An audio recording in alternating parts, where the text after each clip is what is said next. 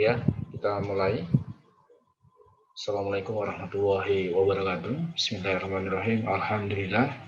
Alhamdulillahil mubin alladzi habana bil iman wal yakin wassalatu wassalamu ala asrofil anbiya wal mursalin wa ala alihi wa ashabi ajmain wa man tabi'ahum bi ihsan ila yaumiddin. Rabbi shrah li sadri wa yassir li amri wa hlul 'uqdatam min lisani yafqahu qawli. Alhamdulillah sahabat semua, Allah izinkan kita malam ini bisa silaturahmi, bisa bermuajahah, bisa berkesempatan untuk memperbaiki kualitas diri kita atas izinnya. Maka kita patut bersyukur teman-teman di hari ini, di malam ini ada satu momen yang luar biasa. Apalagi ini adalah masih suasana tahun baru Islam. Ya, masih suasana tahun baru Islam. Tepatnya hari ini kita memasuki 1442 Hijriah, teman-teman. Maka di momen ini pula bahkan hari ini bertepatan dengan 10 Asyura, ya 10 Muharram, di mana di tanggal 10 Muharram ini ya banyak keutamaan, banyak peristiwa yang luar biasa dalam sejarah yang terjadi di tanggal 10 Muharram ini. Maka di momen ini pula, teman-teman, bahkan ini luar biasa. Mau berikan satu ilham, satu insight buat kita ya, untuk melahirkan satu wadah, satu komunitas yang insya Allah dengan kehendaknya ini menjadi satu komunitas yang akan menjadi imunitas ya, untuk kita saling merangkul, saling nguatin, saling jaga. Maka di momen ini, di tanggal 10 ini, bismillah nanti kita akan grand launching satu komunitas khusus buat teman-teman remaja. Buat teman-teman yang jiwanya ini masih muda, masih semangatnya luar biasa. Nah, ini butuh diberikan satu wadah sehingga tidak salah arah, tidak salah langkah, teman-teman. Nanti kita coba melakukan satu refleksi atas kondisi kita hari ini, ya, atas remaja-remaja kita hari ini, teman-teman. Namun sebelumnya, ya, untuk memberkahi acara kita pada malam ini, kita buka dulu dengan umum Quran, dengan penuh kesadaran, dengan penuh rasa khusyuk.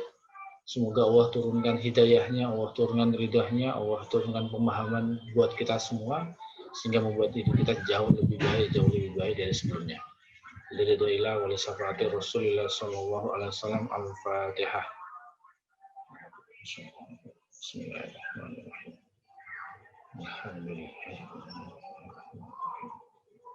Ya.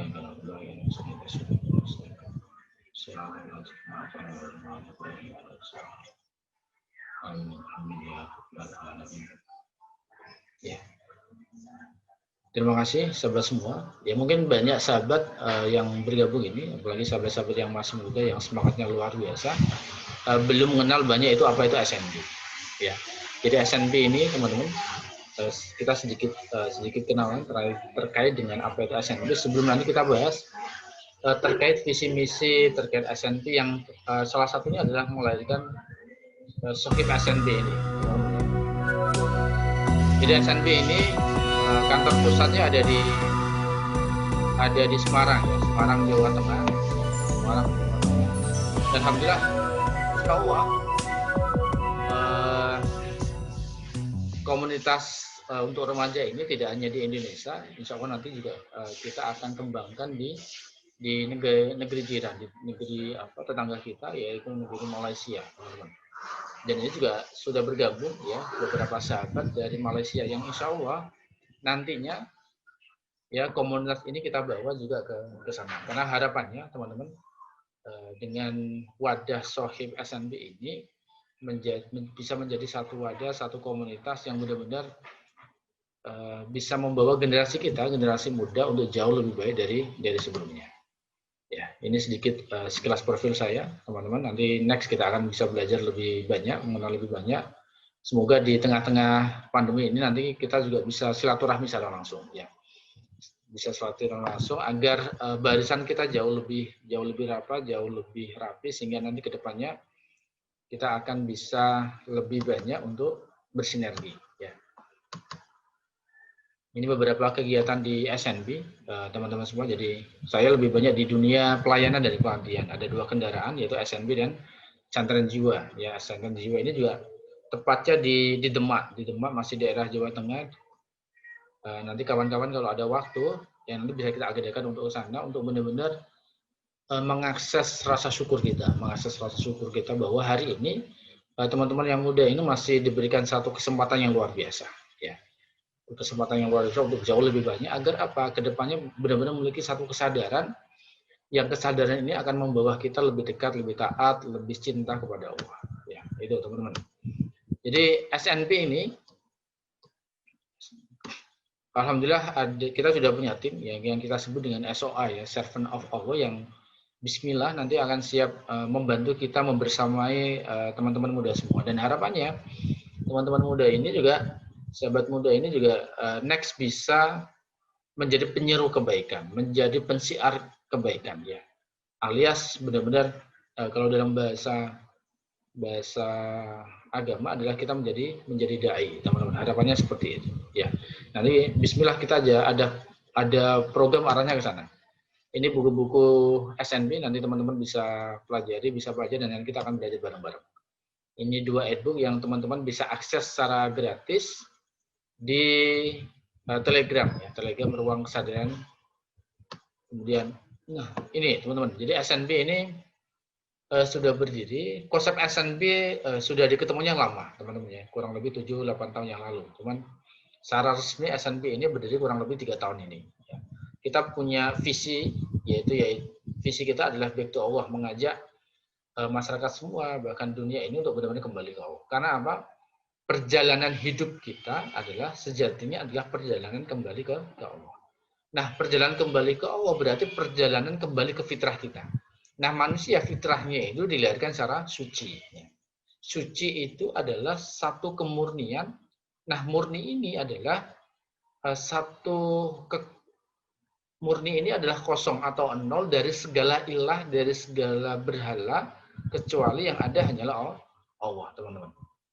Ya, dalam ruang batin kita, ruang jiwa kita yang mengisi itu hanyalah Allah. Inilah kemurnian, inilah kesucian. Karena apa?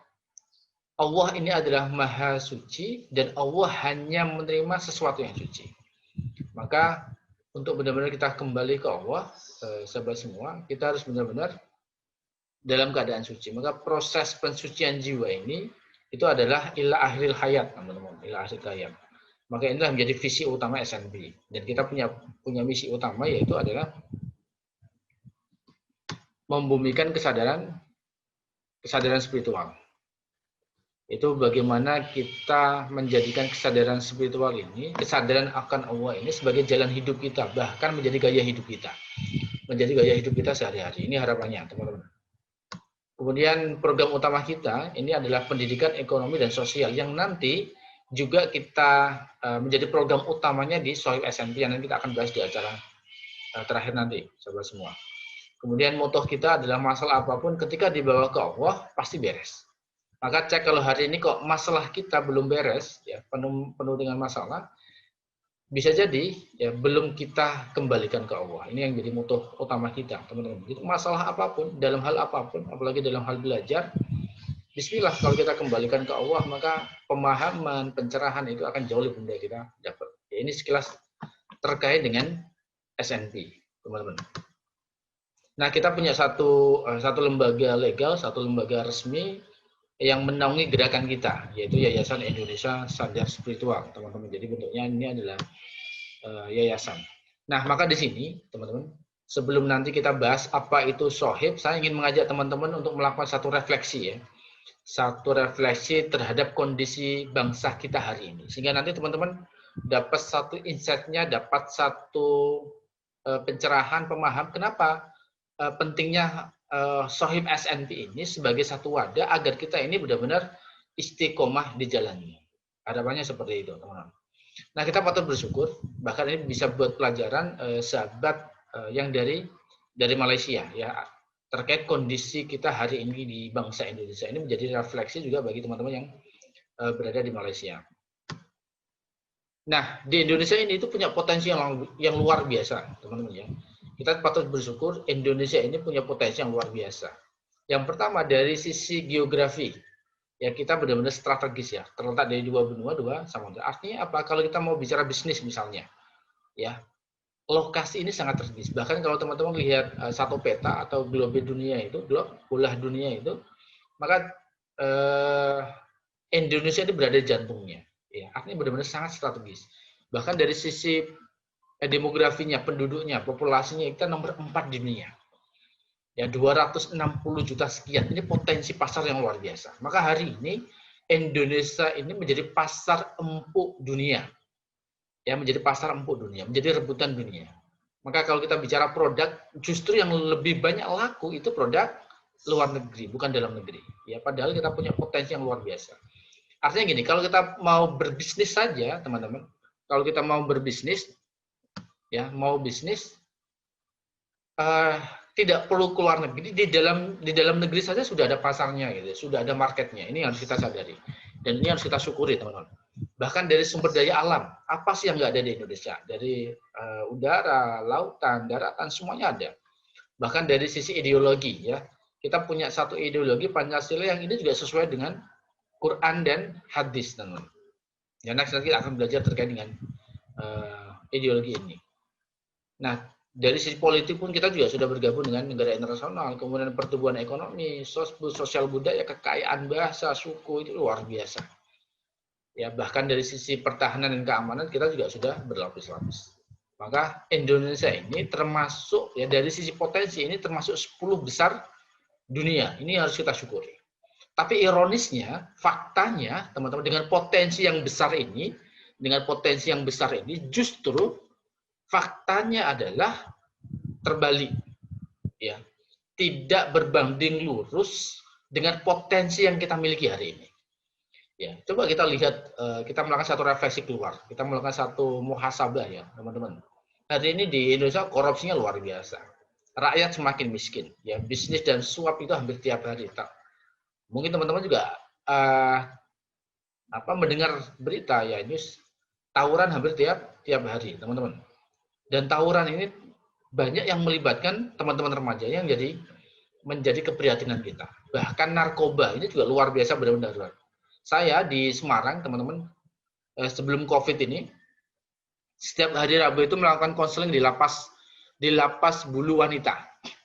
Nah, 80% warga binaan di lapas ini, di sel ini, teman-teman, itu 80% itu adalah karena narkoba. Dan rata-rata adalah remaja. Ini benar-benar kondisi yang darurat yang benar-benar memprihatinkan. Kemudian ancaman bom, kepemimpinan, keamanan sosial, moralitas yang semakin merosot. Padahal Indonesia ini adalah mayoritas adalah Islam, bahkan terbesar di dunia. Ya, bahkan terbesar di dunia, ini sangat memprihatinkan. Artinya apa? Akhlak yang ditampilkan itu tidak sesuai nilai-nilai ada dalam Islam. Maka hari ini kenakalan remaja, free sex, pornografi, AIDS dan lainnya, teman-teman. Ini benar-benar memprihatinkan. Bahkan menurut survei Komnas Anak, teman-teman, ini sangat mencengangkan sekali buat kita semua, terutama buat teman-teman remaja. Jadi di 12 provinsi dengan responden kurang lebih 4.500 remaja. Ini di 2010, teman-teman, ya. Survei ini di 2010, artinya 10 tahun yang lalu. 10 tahun yang lalu. Apa yang terjadi? 97% remaja SMP dan SMA itu pernah nonton film porno. Kemudian apa? 93,7% pernah berciuman. 62,7% remaja SMP tidak perawan. Naudzubillah. 51,2% SMA dan mahasiswi pernah melakukan aborsi. Jadi mereka sudah hamil duluan. Akhirnya apa? Mereka merasa malu. Akhirnya yang terjadi adalah aborsi. Ini yang terjadi di luar sana. Naudzubillah, teman-teman. Nah, dampaknya, efeknya kalau seseorang itu punya kecanduan pornografi, teman-teman, maka akan merusak otak. Ya, tepatnya adalah di posisi prefrontal cortex, ya, terkait dengan akal logika manusia. Nah, ketika orang yang kecanduan pornografi, teman-teman, itu ternyata jauh lebih berbahaya dibandingkan kecanduan narkoba. Karena apa? Akibatnya tidak bisa membedakan mana yang benar, mana yang salah. Jadi semuanya ditabrak. Ini yang terjadi. Bahkan tidak punya tujuan hidup. Nah, yang paling berbahaya, orang itu ya sudah tidak punya kehilangan rasa malu. Gitu. Padahal al-haya'u minal iman. Jadi, rasa malu itu sebagian dari iman. Jadi orang aborsi, kemudian hamil di luar nikah, gitu, teman-teman. Itu mereka udah biasa saja, udah nggak punya rasa malu. Maka kata Allah itu, jauh lebih hina dibandingkan binatang ternak. Alhamdulillah. Padahal Allah ini angkat derajat kita luar biasa dibandingkan makhluk yang lain. Karena apa? Kita diberikan satu akal, sekaligus juga ego, ya, sekaligus juga nafsu. Maka akal ini, kesadaran ini, teman-teman, harus mampu mengendalikan ego kita, harus mampu meredam nafsu kita. Ya, maka yang terjadi anak-anak sekarang itu apa? Tidak suka belajar, susah berkonsentrasi, susah dinasihati, jadi apa ya? Dibantah gitu, teman-teman. Tidak punya tujuan hidup, bahkan kriminalitas ini yang terjadi. Bahkan di berita-berita, di TV-TV itu yang terjadi adalah kriminalitas yang dilakukan oleh remaja hampir tiap tahun itu meningkat. Kemudian apa? Durhaka pada orang tua. Nah, untuk ini yang kondisi saat ini yang benar-benar memprihatinkan kita.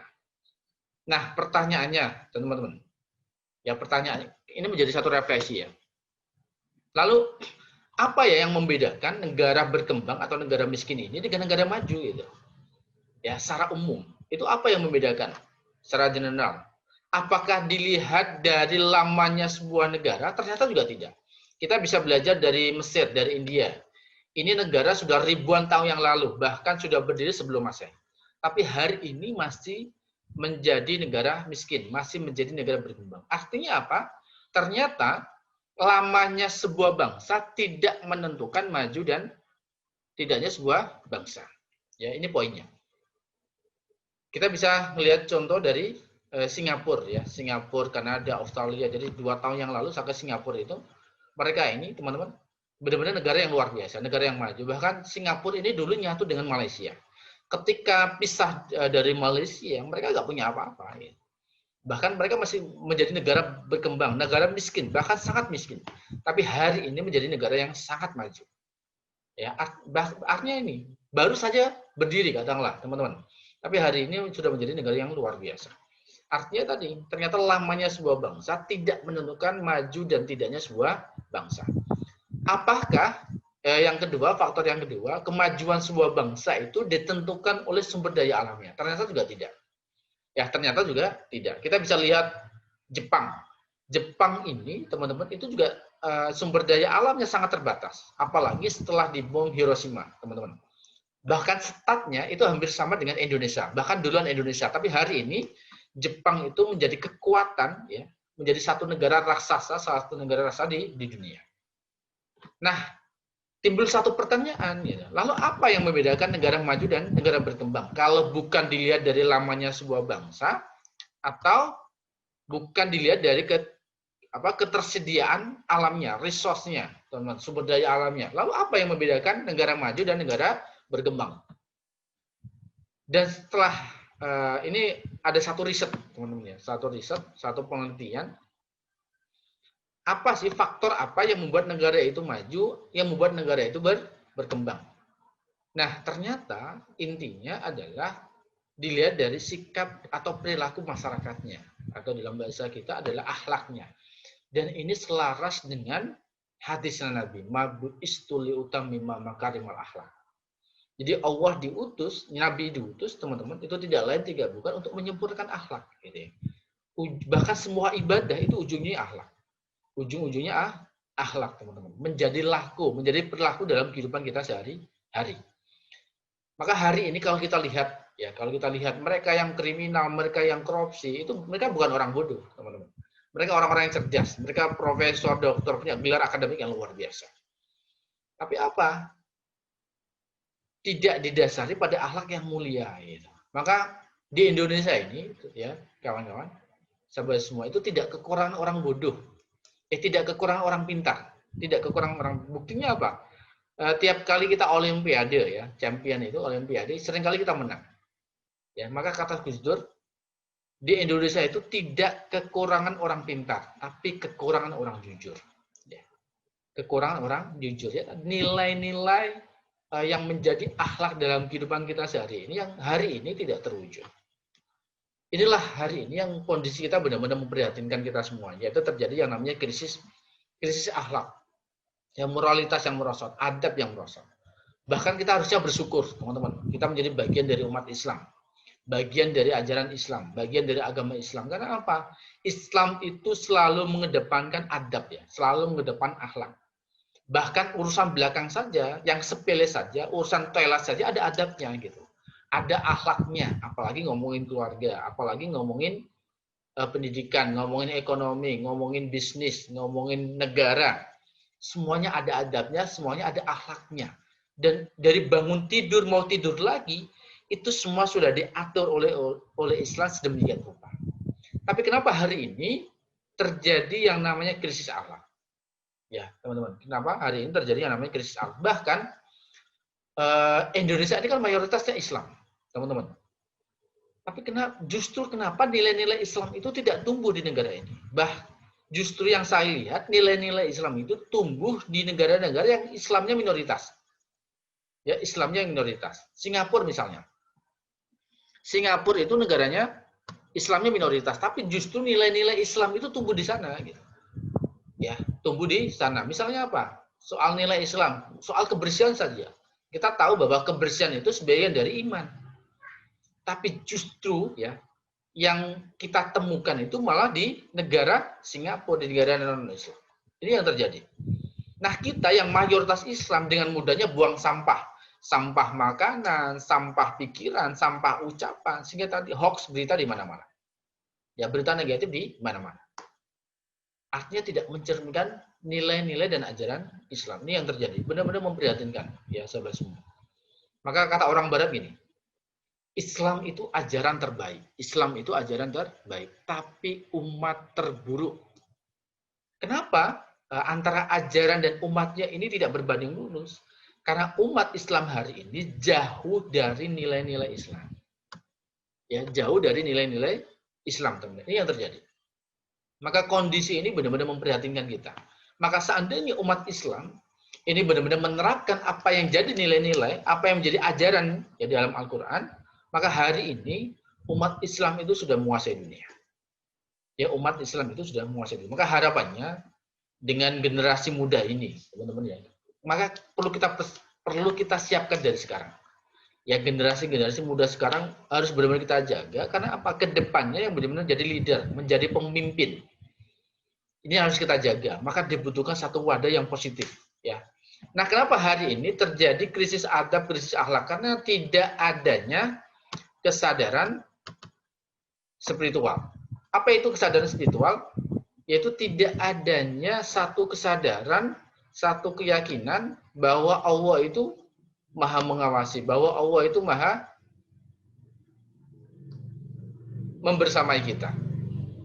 Coba bayangkan teman-teman, jika setiap orang itu meyakini, menyadari bahwa Allah itu maha mengawasi, bahwa Allah itu maha melihat, maka sejatinya kita tidak butuh CCTV, sejatinya kita tidak butuh polisi. Karena apa? Ketika seseorang jiwanya terhubung dengan Allah, menyadari kehadiran dan keberadaan Allah, maka dia akan tetap berbuat yang terbaik meskipun tidak ada orang melihat. Meskipun tidak ada orang melihat, teman-teman. Maka inilah pentingnya kesadaran akan Allah.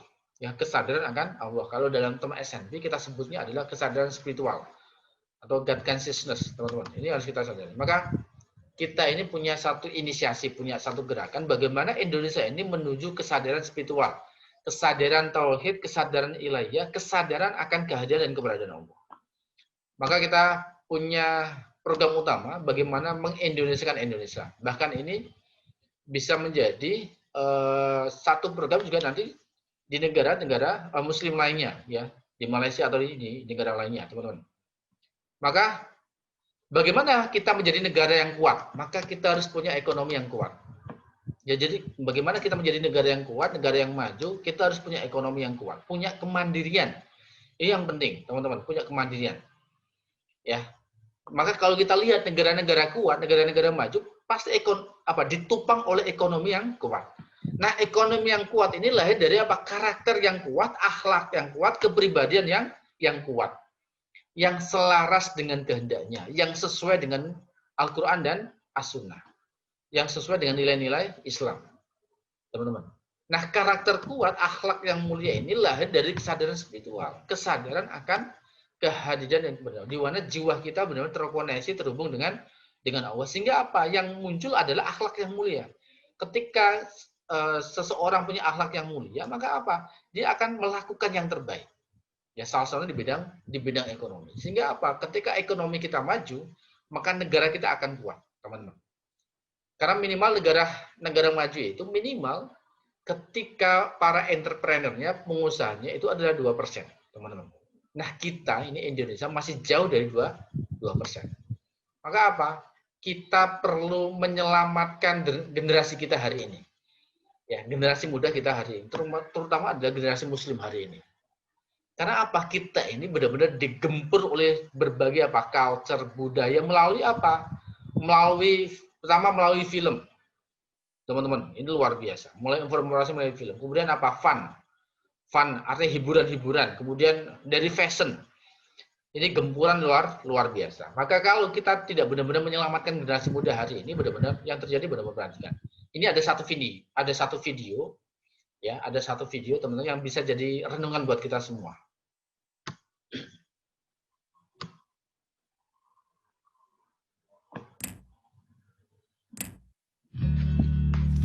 Jadi di Indonesia ini hari ini teman-teman, kita ini punya apa ya? Dapat bonus ya generasi muda yang luar biasa. Kalau kita tidak jaga hari ini, maka benar-benar memprihatinkan kondisinya.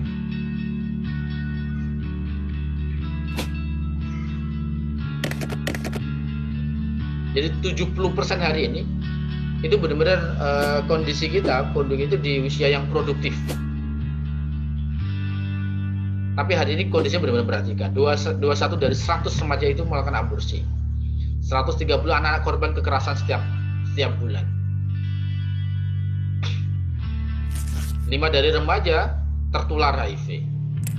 63 dari 100 remaja berhubungan seks di luar nikah. Naudzubillah. Kasus perkosaan 34 provinsi, kekerasan seksual. Ini yang terjadi hari ini. Kasus incest, teman-teman. Ini yang benar-benar kondisi yang benar-benar perhatikan. Dan ini kita berada di era digital, era informasi, era teknologi yang luar biasa. Tapi tidak berbanding lurus dengan kemajuan akhlak, kemajuan peradaban. Ini yang terjadi.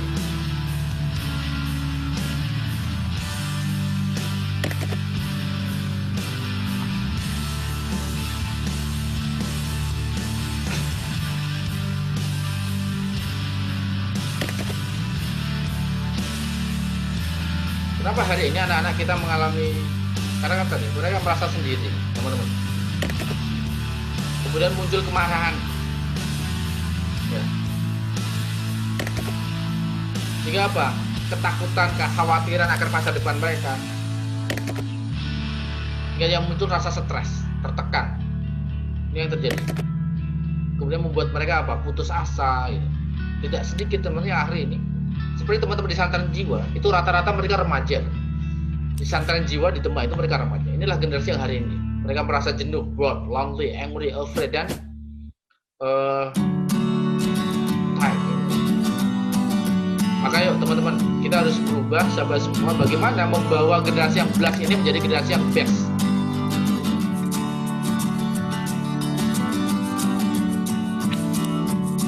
Apa itu generasi best?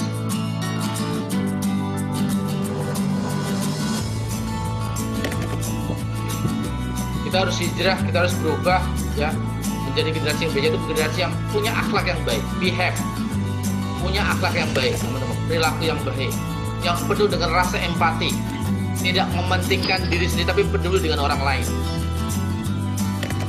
Kemudian apa? Smart, ya, cerdas, teman-teman, punya satu skill, kemudian punya satu tangguh, tidak mudah mengeluh, tidak mudah menyerah.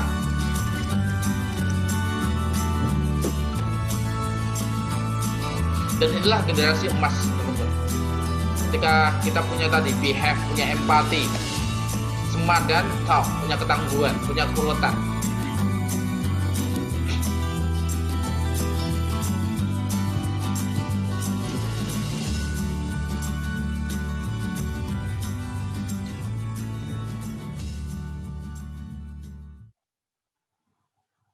Maka harapannya, sahabat semua, sahabat muda semua, maka yuk kita bersama-sama perlu menyelamatkan generasi kita. Ya, perlu menyelamatkan generasi kita hari ini yang benar-benar kondisinya sangat memprihatinkan. Hari ini banyak dari kita di usia muda itu yang blast ya. Blast tadi apa? Bored. Mereka ini merasa jenuh, kemudian apa? Lonely, merasa jenuh. Kenapa mereka jenuh? Karena merasa lonely sendiri. Banyak dari kita yang kesepian, teman-teman. Kemudian apa? Blast, angry, akhirnya muncul kemarahan, afraid, kekhawatiran, akhirnya membuat mereka tired, membuat mereka menyerah, putus asa. Dan ini benar-benar menjadi gambaran di santren jiwa. Banyak teman-teman yang justru yang mengalami stres, goncangan jiwa itu tidak sedikit yang mereka dari rata-rata adalah anak-anak remaja. Teman-teman, ini benar-benar memprihatinkan. Maka di sinilah kita butuh satu wadah, ya. Butuh satu wadah, butuh satu komunitas yang fungsi komunitas ini adalah sebagai imunitas. Imunitas itu adalah yang kita di sini saling menjaga, saling ngerangkul, saling nguatin gitu. Sehingga apa? Kita ini tidak merasa sendiri. Ya, teman-teman. Nah, komunitas inilah yang hari ini, bismillah, yang malam ini, teman-teman, kita beri nama dengan Sohib SNP. Ya. Sohib ini dari bahasa Arab, Sohibun, yang artinya adalah sahabat. Ya, artinya sahabat. Ya, jadi Sohib ini dari bahasa Arab, artinya adalah sahabat. Nah, Sohib ini singkatan dari Sobat Hijrah Bareng. Ya, jadi artinya apa? Untuk kita hijrah ini butuh berjamaah, butuh bareng-bareng, butuh bersama. Sehingga kita apa? Watawasobil haki, watawasobil sober. Saling mengingatkan. Ya, bukan saling menyalahkan. Kemudian saling menguatkan, bukan saling melemahkan. Maka di sini kita butuh berjamaah, butuh bareng-bareng, butuh bersama. Butuh sahabat. Maka lahirlah komunitas yang kita sebut dengan Sohib SNP ini. Yang di komunitas ini, bismillah nanti kita dibersamai oleh SNP, ya, oleh SNP. Nah, maka logo dari Sohib ini, teman-teman, ini adalah dua sahabat yang saling merangkul, ya, saling ngejaga, saling nguatin, saling melindungi, saling membesarkan, saling mendoakan. Yang bersama-sama menuju hijrah, menuju ridhonya, menuju cintanya. Ini harapannya, teman-teman. Nah, kita akan bahas terkait dengan apa pentingnya persahabatan, pentingnya hijrah, dan pentingnya kebersamaan. Sehingga kita menemukan satu makna dalam dibalik nama Sohib ini. Ya. Nah, sejatinya kita ini semuanya adalah saudara. Kita sejatinya adalah semuanya adalah sahabat. Maka di materi kelas SNB ini kita punya satu quote, satu pernyataan, satu statement bahwa aku dan kamu adalah satu, kamu adalah aku dalam bentuk yang berbeda. Karena apa? Sejatinya memang kita ini adalah satu, semuanya terhubung, tak terpisahkan, teman-teman. Karena kita ini adalah dari apa? Dari bahan yang sama, dari sumber yang sama, ya, dari sumber yang sama, ya, diciptakan dari zat yang sama, sang pencipta yang sama, yaitu Allah. Maka kita ini adalah sejatinya adalah satu. Maka kamu adalah aku dalam bentuk yang berbeda. Ini harus kita pahami bahwa kita ini adalah semuanya adalah sahabat.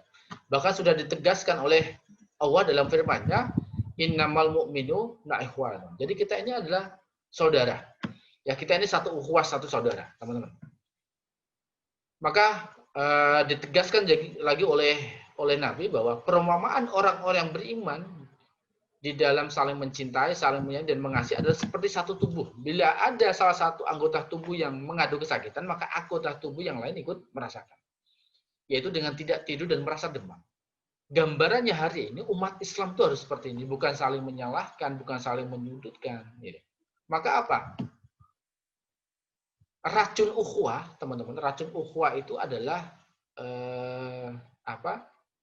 ketika kita benar-benar bergolong-golongan. Artinya merasa kita ini benar-benar merasa golongan kita yang paling baik, komunitas kita yang paling baik, berfirqah-firqah. Ini yang berasobiah, ya. Ini racun ukhuwah itu berasobiah, bergolong-golongan, merasa bahwa golongan yang paling baik sehingga menyalahkan yang lain, bahkan menyesatkan yang lain. Ini yang hari ini menjadi fenomena di kalangan umat Islam. Bahkan di satu keluarga saja, ya, yang beda pendapat itu udah saling menyalahkan, apalagi beda ormas, beda golongan.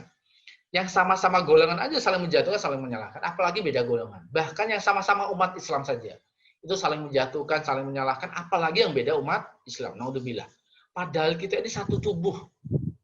Ya, dan ini selalu tadi yang sudah saya sampaikan bahwa kita ini adalah aku dan kamu adalah satu, kamu adalah aku dalam bentuk yang berbeda. Yang harusnya apa yang kita utamakan? yaitu apa? Cinta kasih, saling menyayangi. Dan inilah Islam. Inilah yang ditekankan oleh Nabi kita, Nabi Muhammad SAW. Maka teman-teman, sebagai sahabat, maka kita punya peran menjadi penyeru kebaikan. Maka dan hendaklah ada di antara kita itu segolongan umat yang menyeru kita kepada kebaikan, menyeru kepada kebenaran. Agar kita apa?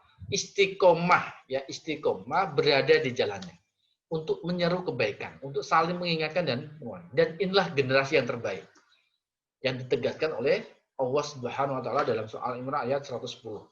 Kita ini adalah umat yang terbaik yang dilahirkan untuk manusia. Untuk apa? Menyeru kepada yang ma'ruf dan mencegah pada yang munkar dan beriman kepada Allah. Teman-teman, ini 3 hal ini yang menjadikan kita untuk benar-benar the best generation. Ketika kita benar-benar saling mengingatkan, saling menguatkan, saling membesarkan, saling mendoakan. Tapi hari ini faktanya di antara kita justru apa? Saling menyalahkan, saling menyudutkan, saling merendahkan, bahkan saling menyesatkan. Naudzubillah, bahkan sesama umat Islam. Ini kondisi yang memprihatinkan. Ya, itu makna terkait dengan sahabat. Pentingnya kita bersahabat. Menjadi satu ukhuwah, ya. Ya, menjadi satu ukhuwah. Nah, apa itu makna hijrah, teman-teman? Nah, dari sahabat ini, dari harapannya adalah kita benar-benar bisa bersama-sama hijrah menuju Allah. Dari ketidaksadaran menuju kesadaran akan Allah. Inilah hakikat hijrah. Ya, hakikat hijrah. Maka rumus agar kita ini sukses dunia akhirat adalah sebagaimana yang disampaikan oleh Allah dalam surat At-Taubah surat 9 ayat 20. Allah sampaikan bahwa orang-orang sukses adalah yang mereka beriman, berhijrah dan berjihad dengan harta dan diri mereka. Maka rumus bagaimana kita kelak Allah jadikan kita sebagai pemenang baik dunia maupun akhirat, Allah angkat derajat kita, makom kita, kelas kita, kalau kita apa? Beriman, berhijrah, dan berjihad, baik harta maupun diri.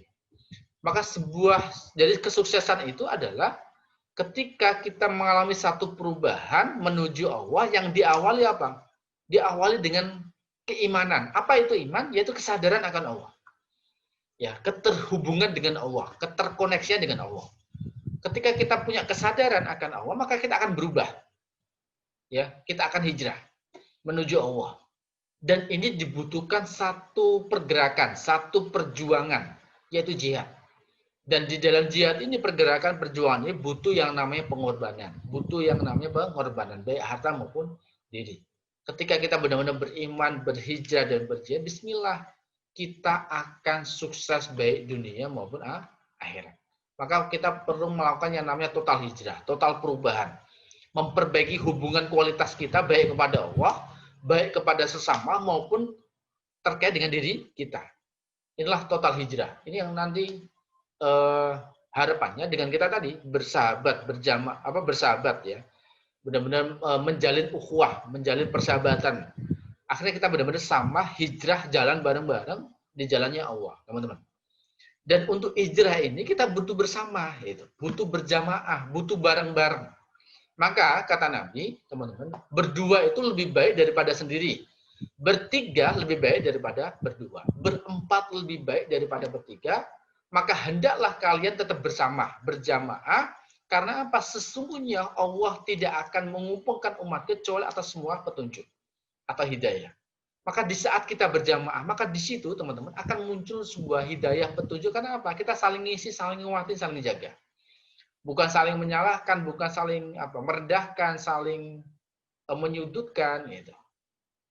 Maka pentingnya kita berjamaah. Maka Allah tegaskan, ya Allah tegaskan dalam firman-Nya, wa'tasimu bihablillahi jami'a wala tafarraqu. Kita benar-benar diminta untuk berpegang teguh pada tali agama Allah dengan cara apa? Dengan berjamaah. Ya, dengan berjamaah. Jangan kita berfirqah-firqah, ya, berpecah belah. Naudzubillah. Maka racun ukhuwah itu adalah kita berasobiyah, berfirqah-firqah, berpecah belah, saling menyalahkan, saling merendahkan, saling menyesatkan. Ini yang terjadi. Ya. Yang hari ini benar-benar memprihatinkan ya. Jadi umat Islam hari ini punya yang namanya hari ini terjadi yang namanya sentimental. Artinya kalau bukan guru saya salah, kalau bukan ustadz saya salah, kalau bukan kiai saya salah, kalau bukan golongan saya salah, kalau bukan ormas saya salah, kalau bukan partai saya salah. Ini yang terjadi. yang hari ini benar-benar memperhatikan kita. Maka Islam itu tidak hancur dari luar, tapi dari dalam. Ya, Islam itu tidak hancur dari dalam. Tidak hancur dari dalam, tapi dari luar. Lagi Islam itu hancur dari luar, tidak dari luar tapi dari dalam. Kenapa dari dalamnya tadi? Ketika kita ini saling menyalahkan, saling menjatuhkan ya. Tidak benar-benar berjamaah, tidak benar-benar bersatu, tidak benar-benar saling menguatkan, saling mengingatkan. Maka pentingnya teman-teman dalam proses hijrah ini kita benar-benar bersama-sama, bareng-bareng berjamaah. Maka itulah kenapa dalam sholat itu kan kita harus berjamaah. Dalam jamaah ini ada struktur, itu ada imam, ada makmum. Maka pentingnya kita ini untuk tadi ada nanti kita bahas, ada strukturnya itu, ada jamaahnya supaya kita dalam barisan yang rapat. Ya, ketika kita dalam barisan yang rapat dalam sholat itu kan soft itu harus rapat ya. Supaya setan ini adalah energi negatif itu agar tidak mudah masuk itu. Ketika kita benar-benar rapat itu, teman-teman. Ya, ketika kita benar-benar berpegang teguh pada tali agama Allah. Sehingga harapannya teman-teman makanya kita pentingnya nanti ada struktur. Jadi harapannya nanti di pusat itu ada struktur di setiap kota. Bismillah. Nanti Sohib ini teman-teman ini menjadi gerakan tidak hanya sekedar menjadi gerakan nasional, bahkan menjadi gerakan dunia. Dan Bismillah tadi saya sampaikan di awal, ya Sohib SNP ini juga nanti kita dirikan juga di Malaysia. Ya di Malaysia. Dan Bismillah di malam ini juga sudah ada beberapa sahabat kita dari Malaysia yang sudah bergabung. Ya teman-teman. Maka harapannya ada struktur pusat yang insya Allah teman-teman, insya Allah nanti di SNP ini kita menunjuk satu koordinator pusat ya yang nanti membersamai teman semua, mendampingi teman-teman semua, yaitu nanti kita pilih adalah Kang Edmi. Jadi Kang Edmi luar biasa, beliau masih muda, beliau juga salah satu trainer di SNP ya, di trainer SNP yang nanti Bismillah nanti akan membersamai teman-teman semua. Jadi Mas Edmi ini masih muda, ya energi luar biasa. Nah di setiap kota nanti harapannya juga ada strukturnya. Minimal ada ketua, ada sekretaris, ada bendahara, teman-teman. Dan ini harus terbentuk di setiap kota. Dan di setiap kota ini terkoneksi nanti dengan pusat. Ya. Nah, ada 3 program utama nanti yang kita gerakkan di Sohib SNP ini, yaitu pertama di pendidikan. Nah, insya Allah, teman-teman, di pendidikan ini nanti kita mulai dari setiap minggunya, insya Allah, atau setiap minggunya, atau beberapa bulan sekali, kita ada kajian bersama, belajar bareng bersama. Karena di tengah-tengah kondisi pandemi ini, kita nanti Bismillah nanti belajar secara online ya di pendidikan. Yang pendidikan ini akan mengubah paradigma kita, semakin membuat kita sadar harapannya untuk semakin menyadari akan kehadiran dan keberadaan Allah.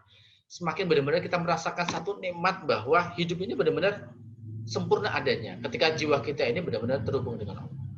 Maka kita ada program pendidikan, program pelatihan, berbagai training, berbagai kelas yang nanti bisa kita mulai dengan kajian ya, berbagai kajian setiap minggunya nanti kita bisa adakan.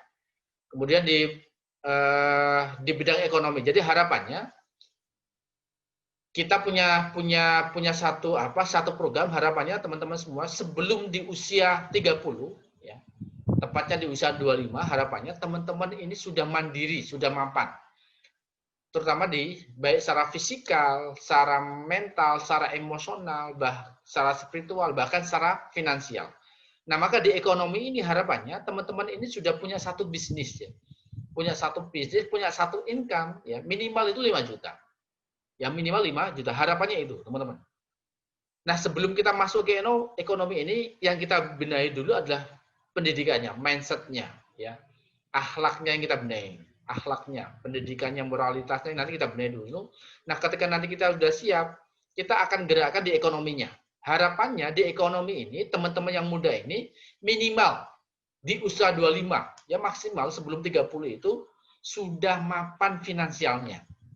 Ya sudah mapan finansial. Bahkan kalau kita melihat sirah Nabi, ya Nabi Muhammad ini mapan itu di usia 25. Ya mapan itu di usia 25. Baik secara fisikal, secara mental, secara emosional, bahkan secara spiritual, bahkan secara finansial. Buktinya apa? Buktinya adalah ketika beliau melamar Siti Khadijah, ya beliau tidak main-main maharnya, teman-teman. Ya, unta merah. Unta merah kalau hari ini ya mobil apa? Mobil yang benar-benar mewah, yang luar biasa mahalnya. Artinya apa? Harapannya, teman-teman, Islam hari ini harapan yang harus kita kuasai adalah salah satunya, kalau Islam pengen kuat adalah di bidang ekonomi. Agar Islam ini punya marwah, punya martabat. Maka hari ini yang menjadi keprihatinan kita, teman-teman, bahkan khususnya di Indonesia itu, coba cek kalau di lampu-lampu merah, ya. Para teman-teman yang minta itu rata-rata apa? Umat Islam itu. Assalamualaikum, ya kan? Itu menunjukkan bahwa hari ini Islam itu jauh dari yang namanya kesejahteraan.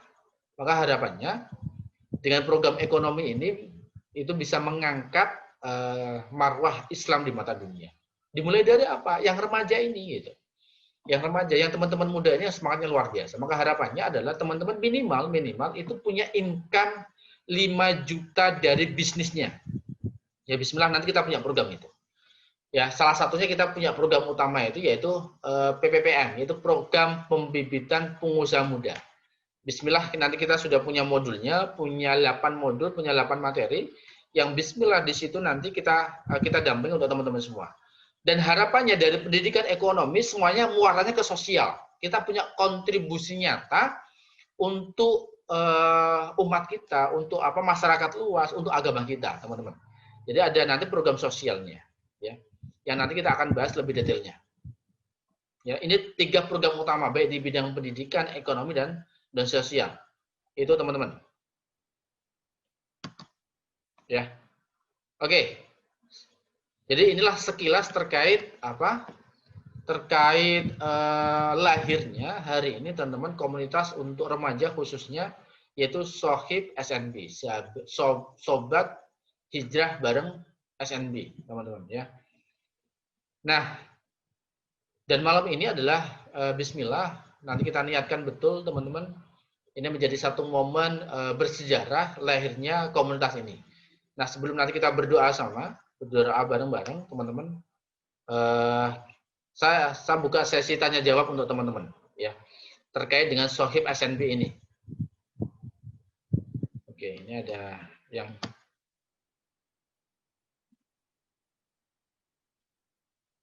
atau kalau teman-teman ada tanggapan, ada masukan mungkin, atau ada pertanyaan, teman-teman mungkin bisa bertanya via chat ya, via chat, bisa lewat komen via chat.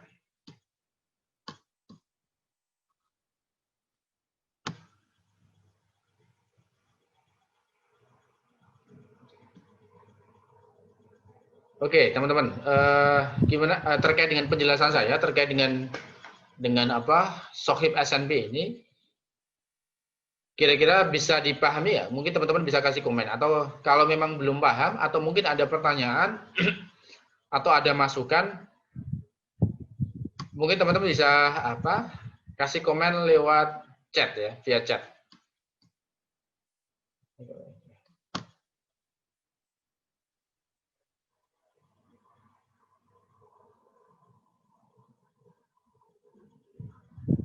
Mungkin teman-teman bisa apa?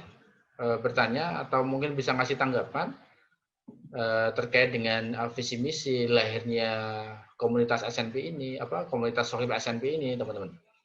Semoga teman-teman bisa memahami dan ada satu apa pencerahan pemahaman bahwa lahirnya Sohib SNB ini, bismillah, harapannya menjadi satu wadah yang kita bisa benar-benar menjadi satu ukhuwah, satu sahabat yang bersama-sama bareng-bareng hijrah menuju Allah. Yang di sini benar-benar saling nguatin, saling ngejaga, saling ngerangkul, ya, saling mendoakan, teman-teman. Harapannya seperti itu. Kalau enggak ini saya apa? Saya mute ya. Jadi teman-teman nanti mungkin bisa kasih komen langsung via audio, ya. Oke, gimana teman-teman? Mungkin ada yang ingin ditanyakan?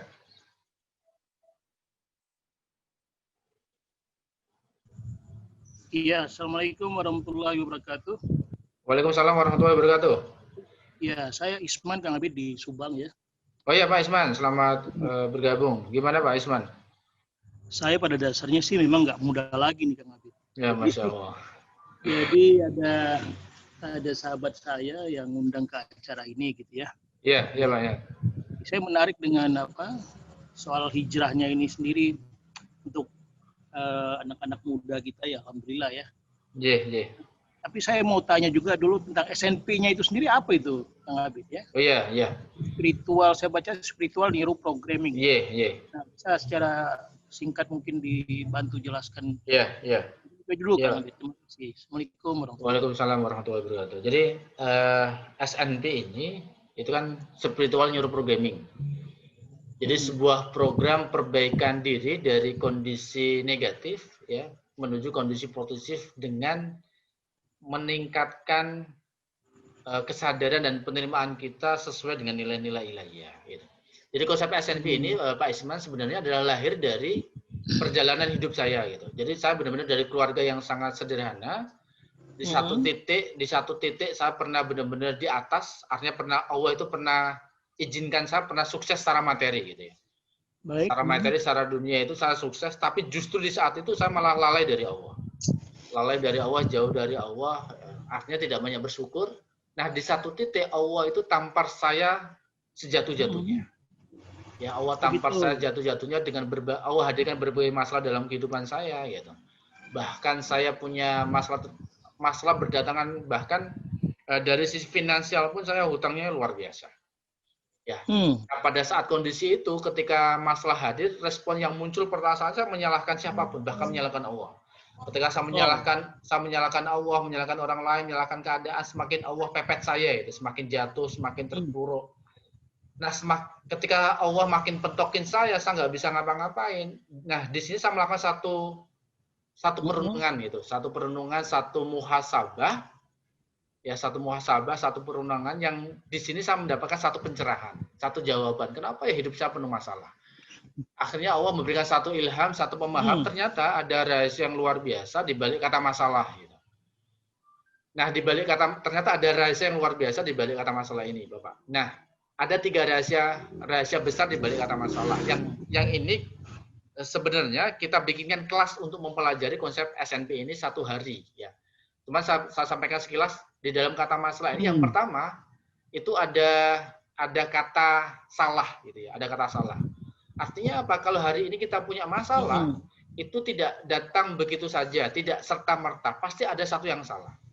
Nah, pertanyaannya, kesalahan ini datangnya dari mana gitu? Dari diri kita, dari orang lain, dari keadaan, atau dari Allah.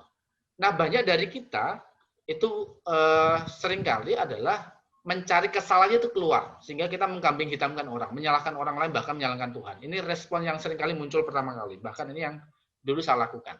Padahal kesalahan ini datangnya dari diri kita. Akarnya adalah dari diri kita, bukan dari luar, tapi dari dalam. Nah, kenapa orang cenderung berbuat salah? Saya menemukan Allah berikan satu pemahaman. Ternyata di sini orang tidak memiliki yang namanya konsep consciousness, kesadaran yang kaitannya dengan iman, yaitu kesadaran akan Allah. Kenapa? Ketika orang kesadarannya tidak terhubung dengan Allah, maka orang itu akan cenderung berbuat salah, berbuat dosa yang akhirnya mengundang masalah. Tapi ketika seseorang punya kesadaran akan Allah, maka bismillah, hidupnya akan selalu lurus. Selalu akan berbuat baik. Kenapa? Dia menyadari bahwa Allah itu maha mengawasi, Allah maha melihat, Allah maha membersamai. Maka meskipun tidak ada orang yang melihat sekalipun, dia akan tetap berbuat benar, tetap berbuat baik. Nah, kenapa orang berbuat salah, berbuat dosa? Karena jiwanya terputus dengan Allah, alias tidak memiliki kesadaran akan kehadiran dan keberadaan Allah, sehingga cenderung berbuat salah, berbuat dosa, yang pada akhirnya mengundang masalah. Ini rahasia yang pertama. Itu, Bapak. Yang kedua adalah, di dalam kata masalah ada kata asa, gitu ya. Ada kata asa, ada harapan. Cuma sayangnya, banyak orang ketika dihadirkan pada masalah, seringkali putus asa, mengalami yang namanya gegana, gitu, gelisah, galuh, merana. Banyak orang akhirnya frustasi, stres, sebagai depresi. Bahkan tidak sedikit yang mereka sampai gila. Seperti teman-teman di santren jiwa di Demak itu, Pak. Mereka rata-rata sampai benar-benar mengalami goncangan jiwa yang luar biasa. Depresi, sampai benar-benar gila. Padahal di dalam masalah ini ada kata asa gitu, ada harapan. Maka kata Allah kan wala ta'asu mirohillah, jangan pernah berputus asa dari rahmatnya. Sebesar apapun dosa kita, sebesar apapun kesalahan kita, jangan pernah berputus asa dari rahmatnya. Karena rahmat Allah itu jauh lebih besar daripada dosa kita, gitu teman. Maka pertanyaan berikutnya, bagaimana asa atau harapan ini bisa tumbuh? Gitu. Harapan ini bisa tumbuh. Maka saya munculkan konsep yaitu acceptance, penerimaan yang kaitannya dengan Islam. Islam ini kan maknanya adalah ketundukan, kepasrahan, kedamaian gitu. Itulah acceptance, itu penerimaan. Karena apa? Semakin kita protes, semakin kita komplain, semakin kita melawan gitu. Maka yang ada semakin kita stres. Maka tidak ada cara yang lebih baik atas masalah yang sudah terjadi kecuali kita dengan menerimanya gitu. Dan ajaibnya, ketika kita menerima apa yang terjadi dalam kehidupan kita, maka disitulah Allah akan hadirkan perubahan, perbaikan dalam kehidupan kita. Maka di dalam rahasia yang terakhir, di dalam kata masalah, itu ada kata masa itu, Pak. Artinya apa? Setiap masalah itu pasti punya masa yang indah. Setiap kesulitan itu pasti ada kemudahan. Setiap kesempitan itu pasti ada kesempatan. Setiap kesedihan pasti ada kebahagiaan. Karena Allah menghadirkan itu pasti berpasang-pasangan. Maka pasti ada masanya gitu. Maka di sini saya munculkan konsep recovery, ya perbaikan yang kaitan dengan Islam. Jadi inti dari SNP itu adalah consciousness, kesadaran, kemudian acceptance, penerimaan, dan yang terakhir adalah recovery, perbaikan. Jadi sadari, menerima, perbaiki. Maka di SNP kita punya program sebelum kondisi COVID ini, Pak, kita kan ada kelas offline ya. Itu ada 3 program utama, yaitu private class SNP, kemudian ada aktivasi energi 0, kemudian ada Zero 99 terapi. Nah, karena di kondisi pandemi ini, COVID ini, kemarin kita memunculkan satu kelas yang kita sebut dengan SNP Online Academy. Ya, SNP Online Academy, dan alhamdulillah kemarin yang perdana itu sudah jalan, yang private class SNP. Nah, yang terdekat ini insya Allah nanti tanggal 5-6 September ini, 5-6 September ini yaitu yang kelas aktivasi energi 0. Nanti Bapak bisa lihat info lengkapnya di snpinstitute.com. Nanti di situ jenengan bisa baca terkait program-program SNP, terkait kelas-kelas SNP itu apa. Kalau memang nanti Allah kehendaki, nanti kita bisa berjodoh untuk belajar bersama. Gitu Bapak. Jadi kelas tentang SNP ini lahir dari pengalaman saya. Saya tidak berani langsung istilahnya bahasanya itu langsung berani meng-show-off-kan, sharing keluar itu belum berani. Setelah saya menemukan satu insight, artinya setelah saya menemukan satu insight ini, saya melakukan satu studi kasus, mencari referensi, gitu, belajar ke sana kemari. Benar nggak sih konsep SNP ini? Gitu. Baru 3 tahun terakhir ini kita berani untuk berbagi, ya, Karena awalnya saya juga merasa malu gitu, Bapak. Artinya gini, saya banyak dosa, banyak salah, ngomong di depan gitu. Cuman yang menguatkan saya adalah untuk berbagi terkait konsep SNP agar teman-teman di luar sana itu tidak jatuh di lubang yang sama yang pernah saya alami. Gitu Pak Isman, sekilas tentang SNP. Ya.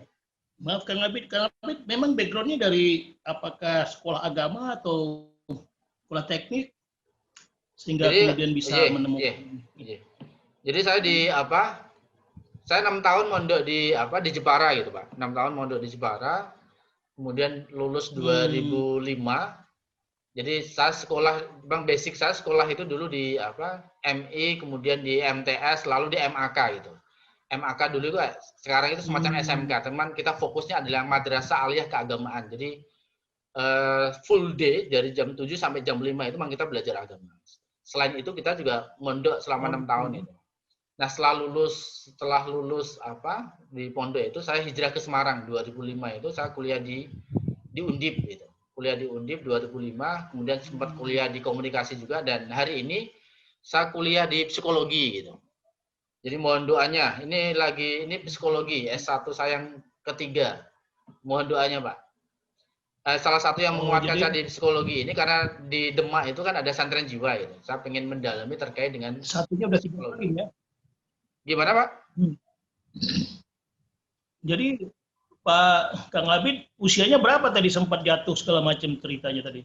Sekarang ini mohon maaf berapa usianya? Saya masih muda juga. Saya kelahiran 86 Bapak. Jadi ini sekitar 33 hari ini. Iya, 33. Ini mohon doa dan bimbingannya. Luar biasa artinya. Mohon bagi saya luar biasa, usia 33 sudah bisa berbagi ya. Saya pribadi 55 tahun nih Kang Abid. Masya Allah, pengalamannya, ilmunya justru lebih banyak jenengan daripada saya. Ya seperti kalau cerita tadi soal jatuh bangun itu ya tentu saja memang saya kira sudah makan asam garam juga gitu ya. Ya boleh Kang Labib, nanti kapan-kapan saya atau gimana cara itu tadi kelas-kelas yang dimaksud tuh kelas berbayar atau kelas bagaimana? Kelas berbayar, ada infaknya gitu. Cuman dari infak itu juga kita istilahnya kita gunakan untuk dakwah dan kemanusiaan juga pada akhirnya gitu. Jadi memang sejatinya kita tidak ada niatan untuk jualan training, artinya tidak ada niatan menjadikan training ini sebagai bisnis. Ya, meskipun toh ada infak, saya cuma mau kasih tahu ya. Tadi Kang Labib kan bicara tentang bahwa kita umat Islam ini terpecah belah gitu ya. Iya. Dan berfirqah-firqah gitu ya. Iya. Jangan nanti artinya dengan ini kita bikin sebuah perkumpulan baru. Bukan Pak, artinya gini. Maka maksud saya begini Pak. Oke, saya paham. Yang kedua pengalaman saya ini sekarang ini memang pemahaman spiritual ini jadi bisnis. Nah, ini bahaya. Terima kasih. Saya sebenarnya background saya dari teknik ya. Ya. Nah, saya sekolah di ITB ya, jadi dan teknik perminyakan. Jadi pemahaman saya tentang agama itu ya tentu campur aduk antara istilahnya pemahaman ya di bidang keteknikan dan spiritual kira-kira begitu ya. Ya saya sebenarnya orang yang tidak sependapat dengan pemilihan cara-cara pemilihan pelajaran keagamaan ini dalam posisi sekolahnya khusus agama, sekolahnya khusus teknik gitu ya. Kira ini udah ngawur kita ini. Kalau menurut saya ya. Karena di zaman Rasulullah nggak ada saya lihat kayak begitu atau saya baca cerita kayak gitu nggak ada. Yang ada itu implementasi agama itu adalah dalam keseharian, tindakan, sikap, perbuatan, keilmuan dan sebagainya menurut saya ya. Ya betul itu Pak. Menurut saya. Nah, jadi saya sebenarnya orang yang bercita-cita bahwa bagi pemahaman keagamaan yang tadi kita bicarakan itu ada sesuatu yang kalau diberikan ya gratis-gratis saja sebagaimana Rasulullah memberikan dulu pelajaran kehidupan ini. Kan kita bisa hidup seperti ini karena gratisnya dulu. Coba kalau bayar mana bisa kita tahu kayak begini. Kan begitu kira-kira. Nah, tapi saya nggak tahu apakah itu mungkin dijalankan atau tidak ke depan ya. Saya sendiri punya cita-cita seperti itu dan saya sendiri di sini sedang dalam posisi juga membangun satu institusi yang ya mudah-mudahan sih dengan ide-ide yang tadi ya tidak berbayar, tidak apa, kan anak-anak silakan belajar dan sebagainya. Ya, saya sendiri turun tangan. Kira-kira begitu Kang Labib. Ya, jadi mudah-mudahan kita Kang Labib yang luar biasa ini Allah ridhoi ya. Amin. Inspirasi bagi anak-anak muda kita yang memang karena menurut saya ini bahaya sekali ya. Gangguan kaget dan sebagainya gitu. Itu Kang Labib pendapat saya gitu. Pak Isman, terima kasih. Jadi memang prinsipnya bahwa berjamaah, berkomunitas niku baik untuk saling mengingatkan. Jadi tidak baik kalau kita merasa bahwa komunitas kita yang paling baik, ini yang jadi bahaya. Jadi harusnya fungsi komunitas ini untuk saling mengingatkan, saling menguatkan. Nah, akan jadi tidak baik kalau kita merasa komunitas kita, jamaah kita itu yang merasa paling baik sehingga kita merendahkan yang lain, menyalahkan yang lain. Harusnya di antara komunitas ini harus saling bersinergi, saling menguatkan, saling menjaga. Gitu. Sama misalnya di antara ormas Islam ini, mereka punya kelebihan, punya kelemahan. Nah, kalau masing-masing kekuatan ini dijadikan satu, Islam itu benar-benar kokoh itu. Tapi yang terjadi hari ini kan kita berasobia, berfirqah-firqah, merasa bangga dengan golongan. Kita mau bilang ya kita dalam posisi yang kegencet habis nih umat Islam. Ya atas sikap-sikap para petinggi-petinggi umat Islam sendiri gitu ya. Tadi saya sependapat lebih banyak itu kehancuran umat Islam itu ya dari dalam gitu ya. Bukan hanya skenario dari luar, tapi dari dalam sendiri pembusukannya luar biasa ini sekarang. Nah, tapi kemudian Kang Labib kita juga nanti sekolah Kang Labib itu mesti bisa membedakan juga itu nanti orang munafik yang mana, orang yang fasik yang mana. Nggak bisa kita, menurut saya ya nggak bisa juga kita itu menyamaratakan orang Islam itu baik semua. Wah, kacau juga itu Kang Labib kalau begitu. Ya kan? Ya memang kenyataannya ada orang Islam yang pura-pura Islam gitu loh. Nah, ini berbahaya ini kan begitu ya. Ya itu justru itu, Pak. Dan justru itu jadi itu orang Islam yang pura-pura Islam gitu loh. Ya kan? Nah, jadi itu mudah-mudahan jadi konsen Kang Labib dan teman-teman juga bagaimana kalau memilah. Kalau kita semua berbaik hati sama orang ya wah mungkin ya gimana ya zaman sekarang ini repot sekali menurut saya. Begitu Kak Awid ya. Iya Bapak. Yap. Oke, ya terima kasih Kak. Mungkin itu Ya, aja dulu yang sama-sama. Iya, sama-sama. kasih Ya, Kak terima ya. kasih Pak Isman, masukannya Assalamualaikum luar biasa, warahmatullahi pengalamannya wabarakatuh. yang luar biasa. Maka ini masukan seperti ini sangat kita butuhkan itu. Ya Ya, Bismillah. jadi satu hal lagi saya ingin katakan. Saya tuh pebisnis juga sama seperti Kang Abid tadinya ya. Bisnis besar saya di J, J. konstruksi. Saya babak belur gara-gara sahabat Islam saya yang tidak sevisi. Ya, nah ini berbahaya. Jadi artinya apa? Saya tuh merasa menjalankan bisnis saya dengan cara-cara yang saya pahami dari agama.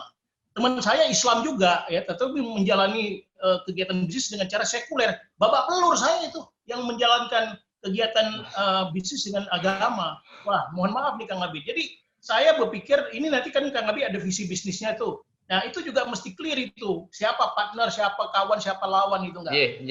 Saya nggak bisa sembarangan. Oh kita baik semua sama Yahudi, sama Kristen, sama Islam.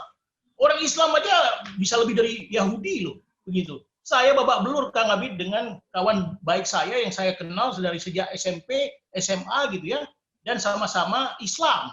Tapi bedanya saya Islam yang mohon maaf saya memang berusaha taat, dia tidak berusaha jadi taat. Babak belur saya yang taat Pak Kang Abi. Coba tuh. Menurut saya nih ya. Nah, jadi saya sedang juga menemukan metode ini sebenarnya bagaimana ya kita-kita yang berusaha menjalankan sesuatu dengan keimanan ini tidak kemudian jadi terbawa arus oleh orang-orang yang cuma menjadikan Islam itu sebagai ya kamuflase saja gitu ya. Ya Itu Bapak. yang bahaya. Ya. Mudah-mudahan jadi masukan lah. Amin. Ya. Ya, Itu terima kasih Pak. ya. Ya, terima kasih Pak Isman. Jadi makanya artinya itu program kedepannya gitu. Jadi yang kita kuatkan dulu di bidang apa pendidikannya dulu Pak. Mindsetnya yang benar, akidahnya yang benar, akhlaknya yang benar gitu. Cuman yang ekonomi kalau enggak nanti bisnisnya kacau itu. Kalau enggak bisnis kacau. Iya. Artinya yang kita benahi itu yang di dalam dulu, akhlak dulu, akidah dulu gitu. Baru kalau kita artinya dari sisi SDM-nya udah benar-benar siap, ya bismillah baru kita nanjak ke ekonominya itu. Itu Bapak. Yeah. Nah, terkait dengan apa?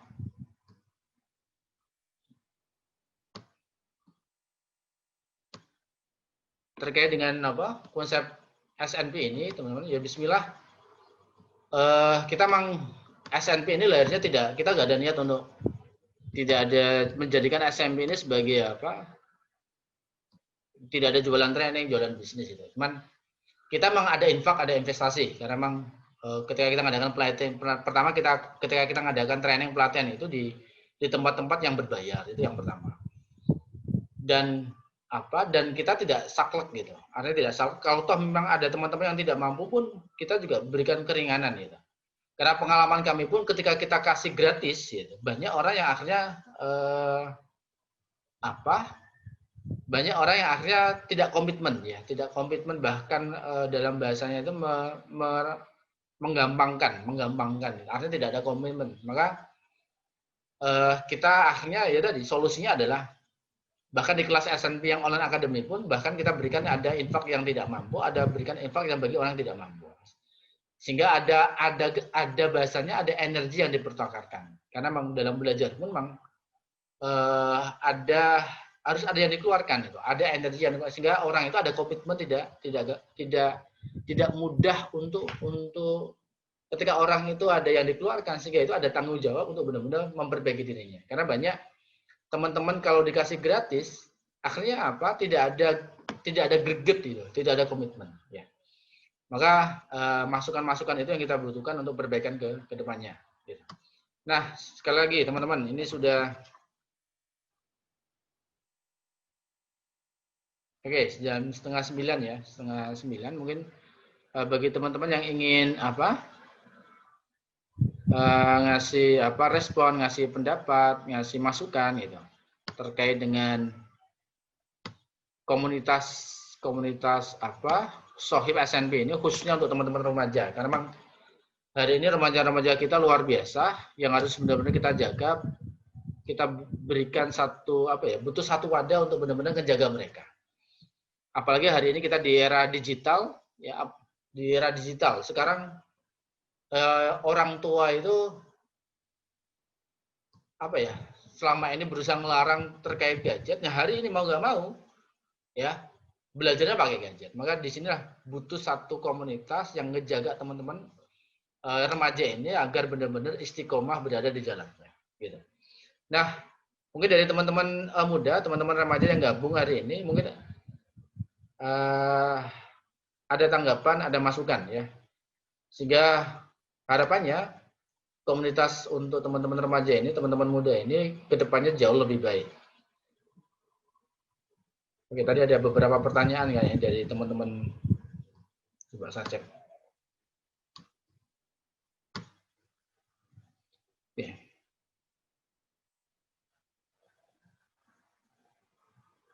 Bagaimana dengan orang yang suka menyendiri dan terlalu takut untuk menaruh percaya dengan orang lain?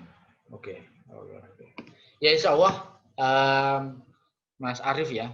Nanti kita bahas ya terkait dengan bagaimana kita punya satu punya satu keberanian, ya, punya satu karakter yang kuat. Nanti Bismillah di program pendidikan ini itu nanti kita akan bahas ya. Maka nanti kita akan share teman-teman program-program kita ya detailnya di bidang pendidikan, di bidang ekonomi dan di bidang sosial ini gitu. Karena harapannya bahwa gerakan kita itu benar-benar struktur, sistematis dan masif gitu.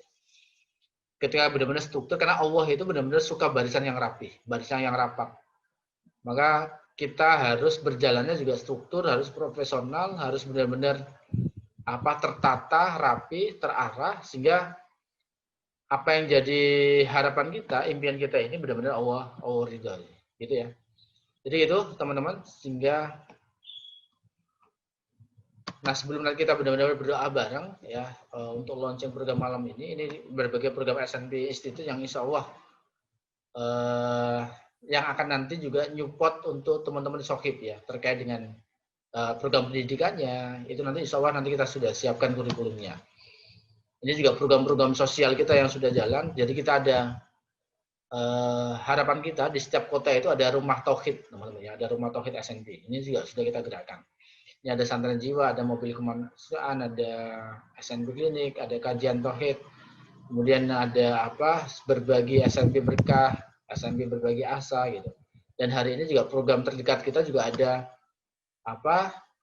SNP Saku ya. SNP Saku itu ya sadar kurban, itu juga sudah kita jalankan teman-teman. Jadi harapannya sahabat semua, Bismillah dengan malam ini di launchingnya program Sohid ini menjadi satu wadah buat teman-teman remaja kita, menjadi untuk saling ngingetin, saling menjaga, saling nguatin untuk bersama-sama hijrah menuju Allah, teman-teman, untuk bareng-bareng. Karena kita memang butuh bareng-bareng, butuh berjamaah untuk saling menjaga.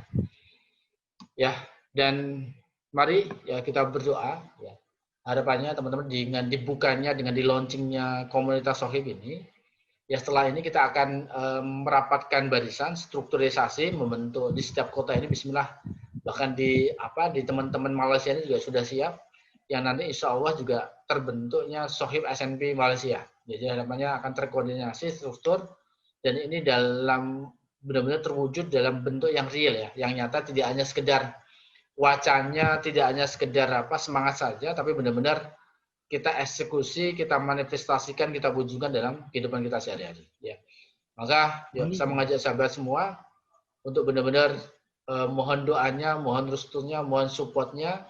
Kita benar-benar buka, ya kita launchingkan program Sohib SNP ini dengan doa Ummul Quran.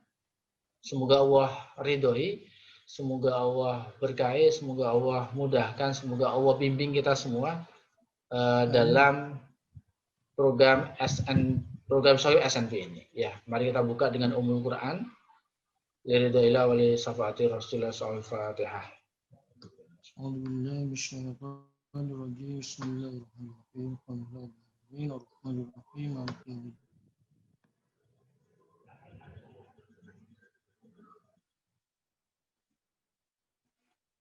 Amin amin ya rabbal alamin. Ya, sekali lagi terima kasih bagi sahabat semua yang sudah bergabung. Ya. Bismillah, ya nanti kita akan ada program rutin untuk teman-teman Sohib SNP. Ya. Bismillah, nanti yang sudah siap kebentuk itu nanti teman-teman remaja di Palu, kemudian di Malaysia, di Semarang dan beberapa di kota lain. Nanti kita bentuk strukturisasinya dan kita bentuk grupnya sehingga nanti koordinatornya jauh lebih mudah. nanti kita bentuk di setiap di setiap kota, nanti kita ada strukturisasinya, ada organisasinya yang nanti terkoneksi dengan pusat. Dan bismillah dalam waktu dekat ini kita sudah jalankan program di bidang pendidikan, ya, pendidikannya dan sosialnya, teman-teman. Di pendidikan ini nanti bismillah nanti kita ada kajian rutin dan ini free untuk teman-teman semua, kajian rutin khususnya untuk teman-teman remaja. Nanti di setiap minggunya kita akan ada ketemuan rutin sehingga harapannya adalah kita semakin terkoneksi, semakin satu frekuensi, semakin sejiwa, sehingga kita akan jauh lebih mudah untuk mewujudkan apa yang sudah jadi program kita. Itu ya. Jadi sekali lagi sahabat semua, apabila malam ini banyak kekurangan, banyak salah ucap, banyak salah sikap, saya mohon maaf, mohon doanya, mohon supportnya, dan sekali sebelum saya tutup, teman-teman, jika teman-teman mendapatkan satu kekurangan, tolong sampaikan ke kami, ya, tolong sampaikan ke kami sehingga kedepannya kita bisa memperbaiki jauh lebih baik. Jika teman-teman merasakan satu kemanfaatan, satu kebaikan, yuk, mari kita benar-benar bersama-sama mensiarkan, ya, apa yang sudah kita rasakan, apa yang sudah kita dapatkan untuk benar-benar baligu ani walau ayatan, kata Nabi. Untuk artinya apa? Jadi baik sendiri itu tidak cukup, ya. Jadi baik sendiri itu tidak cukup. Artinya kebaikan ini harus kita siarkan, harus kita sampaikan ke orang lain sehingga kebaikan ini yang benar-benar mendominasi yang di dunia ini. Ya, maka pentingnya kita untuk benar-benar menebarkan kebaikan ini ke seluruh semesta alam, ya. Oke, sekali lagi terima kasih dan mohon maaf apabila ada salah ucap, salah sikap, sekali lagi saya mohon maaf. Akhirul kalam, wassalamualaikum warahmatullahi wabarakatuh.